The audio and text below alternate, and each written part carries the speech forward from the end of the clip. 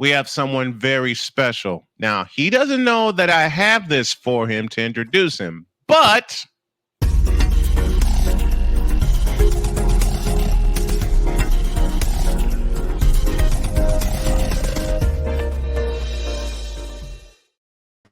Alex Putnam, a.k.a. APizzle90, has joined us on this fabulous, fantastic Football Friday edition of Snowman in the Morning. Good morning, Pizzle. How are you? Freaking phenomenal. How we doing, boys? What up, Piz? Tired after hearing about freaks and the LeBron. Gridiron Geeks unite, because Pizzle is here with us. We're going to make our picks a little bit later. It's Shane's turn to reveal his goats from the sports that he covers, and y'all do the same in the chat. Let's light up the chat. That's how we'll start the second hour. Go for it, Shane. All right, for me in basketball, I'm going to give you my GOAT 5. That's fair. 5. That's fair. Okay. And it's per position, so this would be like my all-time GOAT lineup. Okay. All right. I'll what if I like label off a position? You tell me. I've already got this in my head, dude. I've already got this. All right. Let him go. Let him go. At point, it's got to be Steph Curry. No question about it. Steph Curry has revolutionized the game through the point guard position, whether it's been diamond I can't argue because I love Steph. I grew up. You're a Golden State fan. I don't want to hear it. You shut up. All right. I grew up with Magic Johnson, John Stockton, Kevin Johnson, Mark Price, and those old schoolers, and I love them all. But he's right. Steph Curry has revolutionized the point guard position. Keep going. At guard, give me number 24 for the Lakers, Kobe Bryant. Plain and simple. Kobe. I rocked his when he was rocking the 8. That was the number I had on my back when I was playing basketball. So give me Kobe. Yep. At small forward, Michael. End of story. Small forward, give me Michael at small forward. Yep. But see, unlike LeBron, Michael can do anything. Exactly. There's your difference. Why do you think they call him his airness? Yeah, exactly. He'll just fly over you. At power forward, give me old reliable himself, Tim Duncan. Okay. Dig it. And at center, I'm sorry, but give me that bulldozer. Give me Shaq. Ooh, Over the dream. Okay. Superman. I grew up watching Shaq. Oh. I didn't watch Hakeem the Dream in the 80s. I grew up with Shaq in the 90s. You know what? And that's fair. And that's fair. It depends on the era that he grew up in. For me, my point guard is Magic Johnson. My shooting guard is MJ. My small forward is a toss-up between Larry Bird and James Worthy and Scottie Pippen. So I got 3 at that position. My power forward. My power forward's Kevin McHale. I can see that. And that's a toss-up with all the power forwards I watched growing up. All right. And at center, give me Captain Skyhook, Kareem Abdul-Jabbar. For some reason now y'all got me wanting to make my all-time lineup for hockey, like 6 men. Well, let's get to Pizzle's goats. I still got the other list for later. Okay, we'll do the other list. We'll do the other list. All right. Later. Hey, we all Pizzle. Hey, Pizzle, take it away. Where do we start? Let's go hockey. Hockey, that's got to be Wayne Gretzky. Yeah. No question about it. Love it. Yeah, for me, it would have been Wayne, and between the pipes, give me the Dominator, Dominic Hasek. Dominic Hasek. Yeah. I have this rookie card, by the way, when he was in Chicago. When he wore 31 in Chicago. And that card is worth a lot. Yes, it is, because Hasek's a Hall of Famer. Mm-hmm. Damn right. All right. What we got next? Basketball. How about that? Basketball, MJ. Come on. That's It's a given. No hesitation. I love it. The entire board has MJ playing major. I mean, we all got MJ. Except me, because I grew up with Kobe. But what about the MLB? Baseball? Ooh, that's tough. Yeah, it's always a tough one. That's tough. My favorite player of all time is Ken Griffey Jr. But I have a tie. The greatest player has to be. It's got to be Babe Ruth. Yeah, the great Bambino. My 2 favorite players of all time from Major League Baseball had 2 of the sweetest swings ever. Ken Griffey Jr. and the Big Hurt, Frank Thomas. I have two. One is a Cy Young winner. One is a Cy Young winner. Had the nastiest knuckleball ever. You already know who I'm talking about. Knuckleball. Tim Wakefield. Knuckleballer that won the Cy Young in like the late years of his career. R.A. Dickey? Tim Wakefield? R.A. Dickey. R.A. Dickey. Yep. 80 miles. R.A. Dickey. The man that couldn't throw a fastball, so he was like, you know what? I'm gonna perfect the knuckleball. You know what? Oh, let's stay with baseball. And I'll pose a question to the entire panel, and I'll like to chat up with this question also. You're up. Your team's trailing. Oh, no. Who's the one reliever you don't want to see? I already got 3 of them in my head. I've got 4. All right, go for it, Shane. All right. Eric Gagne. I hate seeing I hate seeing him on MLB The Show, to be honest with you. So that's why I can say this. I've seen so many of these guys. I hate seeing Eric Gagne because that's lights out. Yep. The obvious pick, Mariano Rivera. That's my pick. He only threw 1 pitch, but damn it, he could screw you up with it. He mastered it for 20 years. That cutter was evil. Yeah, as soon as you hear Enter Sandman, it's a wash. It's lights out. It's lights out. Done. I'll give you another one. Troy Percival. Ooh, I like that. I like Percival. That's a good one, honestly. Wow. The flip between the fastball and his curve, forget it. Yeah. And then the last one, I'm going to turn back the clock a little bit and I think even surprise Snowman with this one because I'm staying on the West Coast. Trevor Hoffman. I was thinking Trevor Hoffman. Hoffman was nasty. My four relievers that I don't want to see. Mariano Rivera, of course. I want to see Mariano Rivera. I don't want to see Trevor Hoffman. I'm going to make Droid smile when I say I don't want any parts of Dan Quisenberry.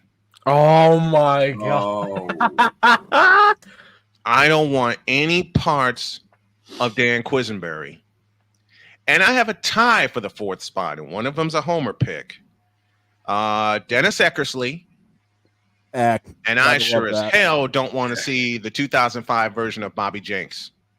Oh, dude. 05 Jenks. And that curveball that starts at your head and lands at your belt, and all you're doing is taking a seat. All right, Pizzle, the thing about it with Eck, that sidearm, I mean, it didn't even look like it was coming at 95 when he was throwing it, but God almighty. And then to throw that forkball with it was one of the greatest sidearm pitchers to ever do it. And that's why I hated seeing Dennis Eckersley come in pitching against my team when he was with the Athletics and with the Cardinals. Somehow he I think it was Dan Quisenberry who said, I found a delivery in my flaw because Quiz never could throw overhand. So he turned himself into a submarine pitcher. Same with Dennis Eckersley. All right, Pizzle, you're next. Yep, I definitely agree with you guys. Mariano Rivera is up there, Trevor Hoffman, Dan Quisenberry, but also Edwin Diaz from the Mets. That was my pick. Like it. Because I'm a Braves fan. Every time I see him come up and you hear that trumpet, I was like, oh, God, here we go. Here we go. I'll tell you the funniest thing I ever saw with Pizzle. And he played this on one of his clip shows. I think it was 2 years ago. He had to live out a bet with the Ice Bucket Challenge because the Braves lost to Philadelphia. And he had to do it twice. 2 times. He had to do it 2 times. The second time he dumped the bucket and he's walking toward the camera and I hear him utter the now infamous phrase, now get out of my face, you thirsty bitches. Gotta pay homage. Now, Pizzle just reminded me of something. I just thought of a 5th closer I'd hate to face, and he was a converted closer. Smoltz. John Smoltz. Johnny Smoltz. I got when 4. When he was on, he was electric. Man, John Smoltz is one of the few pitchers that not only could go up top but drop sidearm. True. Yeah. When he had his injury, he was. I think he was more lethal sidearm than he was overhand. That's why he made the change, because he couldn't put any more gas on his fastball and he threw more off-speed stuff sidearm. All right, Droid, who's your 4? I'm gonna start it off hot with the Cuban Missile. Aroldis Chapman. Mm-hmm. $1.05 on the gun. Any chance he wanted it? Yep. I agree with Edwin Diaz, of course. I actually looked him up just to make sure I didn't forget his name. Right. I literally looked up Mets Diaz, and I'm like, yeah. Anytime you hear them trumpets go on, it's time. It's time. Especially like bottom of the 9th. Mm. And it's like you're up to bat first, and you hear them trumpets. You might as well just put your bat down and walk away from the plate. It's done. And the undisputed best reliever is of course Mariano Rivera. That's the undisputed. I think my last one is gonna go to Goose. Gossage. Okay. Right. When he was ending his 310 saves in his career. Yeah, and I think he ended it in New York, and that's when he was actually, I think, at his best. When he was with the Yankees. Yes. Yeah, he's actually third in the I think he's third in the WPA behind Rivera and Hoffman. Now, but you know why I don't want to see Mariano Rivera? Because you have every knowledge of knowing what's coming. He's only going to throw one pitch, the cutter.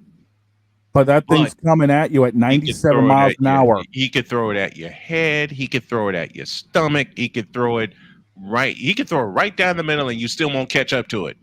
No, and the thing about it is that thing has at least a 7-inch break on it when he had it going. 97 miles an hour with a 7-inch break. I don't want a piece of it. That's like Bobby Jenks's overhand curveball. But yeah, I have a lot of respect. You just gave me an idea for something, Snowman.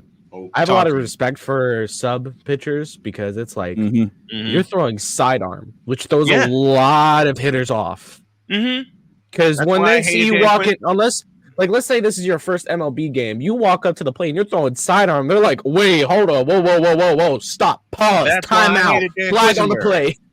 That's why I hated Dan Quisenberry. That is exactly why I hated Dan. I love Dan Quisenberry, okay?